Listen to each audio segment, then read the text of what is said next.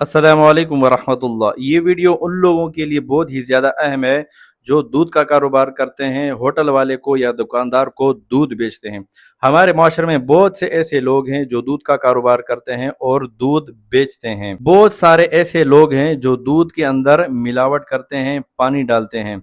तो अगर किसी दुकानदार को आप दूध बेच रहे हैं या किसी होटल वाले को दूध बेच रहे हैं और उसको आप ये कहते हैं कि ये मेरा दूध 100% खालिस है, हालांकि उसमें मिलावट होती है, तो फिर ये धोखाधड़ी है, ये नाजायज़ है। और जो आदमी इस तरह करता है उससे क़यामत के दिन पूछ होगी। हाँ, अगर आपने ये साफ साफ कह दिया कि मेरे इस दूध में इतना फीसद पानी है, मैं आपको ये कीमत दूंगा, लेना है ठीक, नहीं तो आपकी मर्जी है, तो फिर इस तरह दूध बेचना जायज़ है, क्योंकि आपने साफ साफ बात कह दी दुकानदार को, होटल वाले को। तो साफ साफ बात कहना और इस तरह कारोबार करना ये जायज़ है। लेकिन अगर आपने धोखाधड़ी से काम लिया, झूठ से काम लिया, आपके दूध में मिलावट है पानी की, और आप ये कह रहे हैं उसको, दुकानदार को, होटल वाले को, कि मेरा दूध 100% खालिस है, तो फिर ये धोखाधड़ी है। और आप सल्लल्लाहु अलैहि वसल्लम ने इरशाद फरमाया कि मन गश्शना फलैसा मिन्ना, जो शख्स धोखाधड़ी करे वो हम में से नहीं है।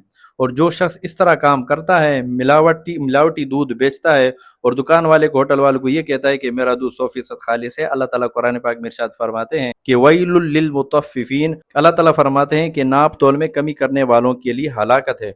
जो शख्स इस तरह दूध बेचता है, मिलावटी दूध बेचता है, तो उसके लिए क़यामत के दिन हलाकत है, और अल्लाह ताला उससे पूछेंगे कि बता तूने ये दूध इस तरह क्यों बेचा, हालांकि तेरे दूध में पानी की मिलावट थी और आपने उसको ये कहकर बेच दिया कि मेरा दूध 100% खालिस है। तो मेरी पूरी बात का खुलासा ये हुआ कि अगर आप दूध बेच रहे हैं, दुकानदार को, होटल वालों को साफ साफ कह दें कि मेरे दूध में पानी शामिल है और मैं उसकी कीमत इतनी लूँगा।